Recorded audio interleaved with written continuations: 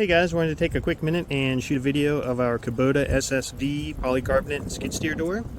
So we actually make this product in two different thicknesses. What we're looking at today is the 1/4 inch thick door, and we've also got a 1/2 inch thick door. So they're at different price points. Obviously the thicker door is more expensive, but it also gives you the maximum level of protection. And the thinner door is closer to the thickness of glass, and it's much cheaper. So anyway, they're both available. They're in stock. They're made here in the USA by skidsteercabs.com.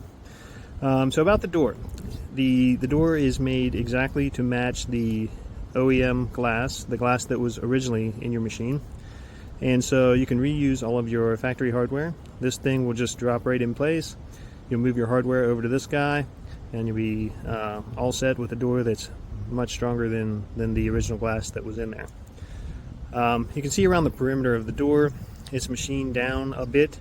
It's about 30 or 40 thousandths, and that gives you a nice surface to bond to when you're gluing the door onto the door frame.